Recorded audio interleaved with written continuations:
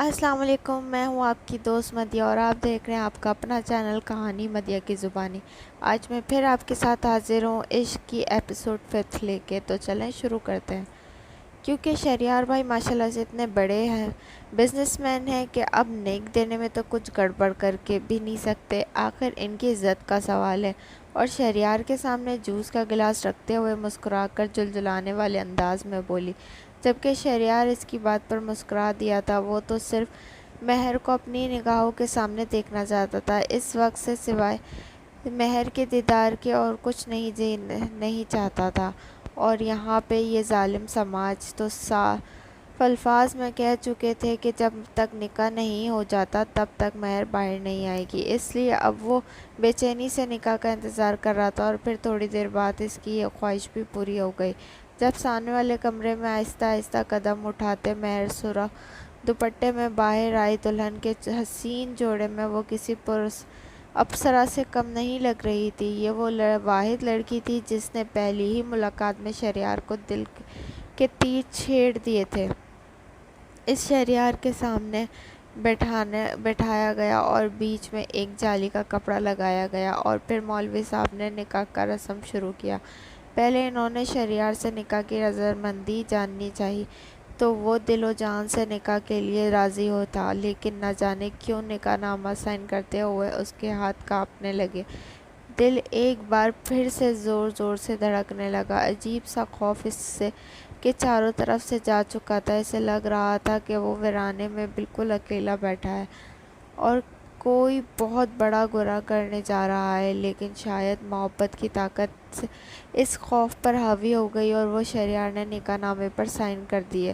مہر خان افریدی ولد رحمان خان افریدی، آپ کا نکاح شہریار شاہ ولد راحل شاہ کے ساتھ 50 لاکھ سکہ راج الوقت قرار پایا ہے۔ کیا آپ کو یہ نکاح قبول ہے؟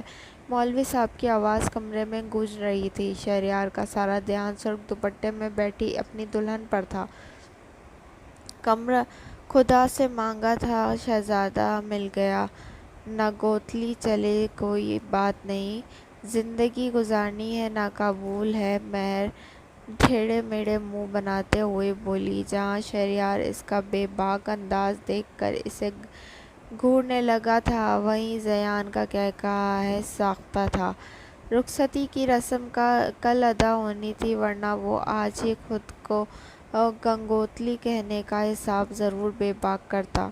دن گزرتے جا رہے تھے اور اس کو مائے گئے 3 مہینے گزر چکے تھے، کوما میں گئے ہوئے 3 دن گزر چکے تھے۔ کوما کے دوران بھی اسے صرف اور صرف پریام کا خیال آ رہا تھا۔ اس کی وجہ سے پریاں کی زندگی چھین سکتی تھی۔ وہ ہر ممکن طریقے سے واپسی دنیا میں لوٹنے کی کوشش کر رہا تھا۔ ڈاکٹر اس کی کنڈیشن پر پرامید تھے۔ ڈاکٹر کا کہنا تھا وہ جینا چاہتا ہے، اس کے اندر جینے کی خواہش ابھی بھی زندہ ہے۔ اس کے بابا اور ماما ٹوٹ کر رہ گئے اپنے جوان بیٹے کی یہ حالت دیکھ کر، جبکہ وہ معصوم لڑکی ہر ممکن طریقے سے اپنے شوہر کا خیال رکھنے کی کوشش کرتی۔ اس کی ساری ذمہ داری اس نے اپنے سر اٹھا لی تھی۔ کوما کے 3 ماہ کے دوران سکندر کو دوبارہ ہوش آیا اور اس نے ہر بار پریام کا نام لیا۔ پریام کون تھی، کہاں سے تھی، کیسی ہے، کوئی نہیں جانتا تھا۔ ان سب کے لیے تو یہ نام بھی نیا تھا جس سے وہ واقفیت ہی نہیں رکھتے تھے۔ 3 مہینے گزر جانے کے بعد بھی جب سکندر ہوش نہیں آیا تو بابا نے اسے امریکہ بھیج کر اس کا علاج کروانا چاہا، جس سے علاج سے انہیں کافی فائدہ ہوا۔ ڈاکٹر نے انہیں اچھی امید دلوائی تھی۔ نکاح کے بعد وہ بہت پرسکون تھا، شام ہوتے ہی وہ گھر واپسی آ گئے۔ اس کی خوشی کا اندازہ لگانا اس کے چہرے سے بہت ہی آسان لگ رہا تھا۔ ماما تو بار بار اس کی بلائیں لیتی، جبکہ بابا بھی اسے دیکھ کر خوش تھے۔ آخر انہوں نے اپنے بیٹے کی یہ خواہش بھی پوری کر دی تھی۔ کل رخصتی ہے اور پرسوں تمہاری اور مہر کی کینیڈا کی فلائٹ، ولیمے کے فوراً بعد تم کینیڈا کے لیے نکل جاؤ گے، بابا نے اسے اپنے سامنے بٹھاتے ہوئے بتایا۔ کیا مطلب، ہم واپسی کراچی نہیں جائیں گے؟ اور آپ نے ولیمے کا انتظام یہاں کیوں کر آیا ہے؟